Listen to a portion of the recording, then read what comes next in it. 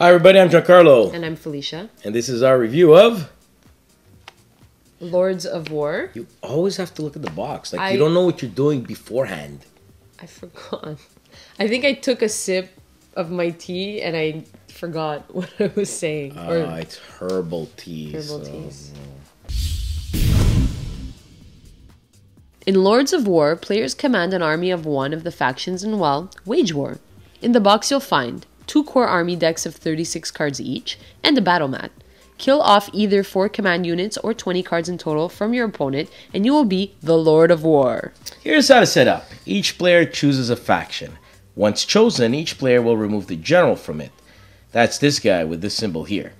Each player then shuffles the cards and draws 5 cards while keeping your general and placing him amongst them to form your hand. Randomly determine who the first player will be and open the battle mat, placing it in the middle of the players with the space marked 1 facing the first player. Now starting with him, he will place a card from his hand on the space marked 1 and then he'll draw a card. Now player 2 will do the same, but he'll place a card on the space marked 2. And you're now ready for war. Each turn has 3 phases: deployment, combat or elimination, and reinforcement. Before we go further, let's look at a card's anatomy. The arrows on the cards represents where the said unit can engage a unit and its attack value. The shield at the bottom left is the unit's defense. To kill off a unit, damage must be done in excess to this value.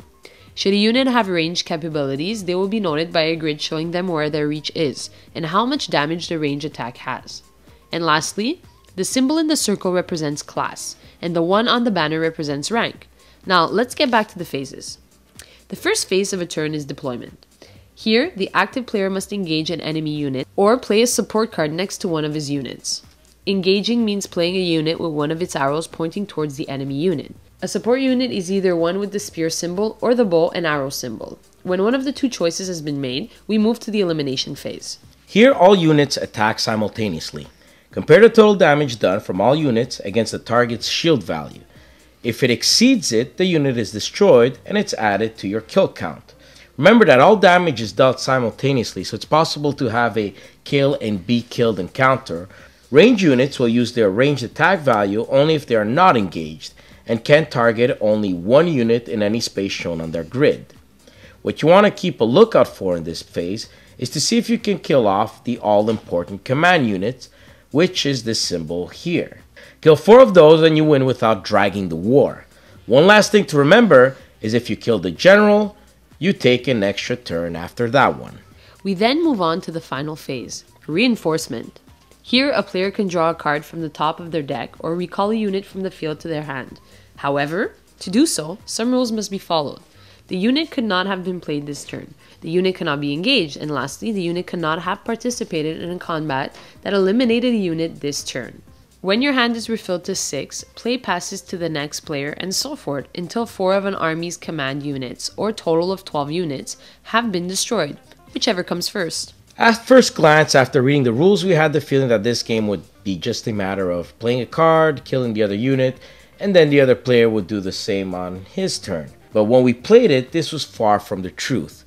Lords of War has a lot of long-term strategies and short-term tactics, and every move is crucial. Besides the obvious deployment of placing a card to kill off an opposing unit, you might want to place a support on a command unit's weak flank.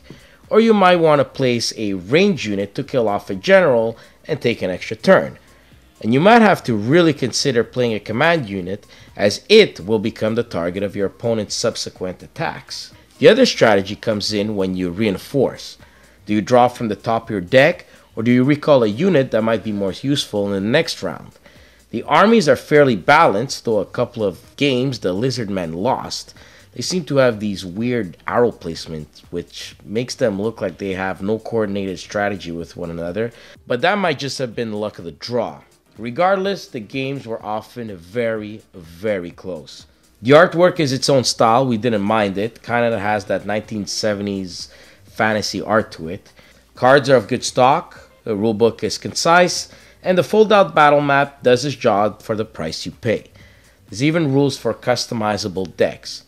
What we really enjoyed the most was the lack of luck based on die rolling, and for that, to us, it made it seem much more strategic than any other types of its genre out there. All in all, we were pleasantly surprised with this title, and no wonder Lords of War won the 2013 UK Games Expo Award for Best Strategic Card Game. These little boxes get a huge score of 8 out of 10.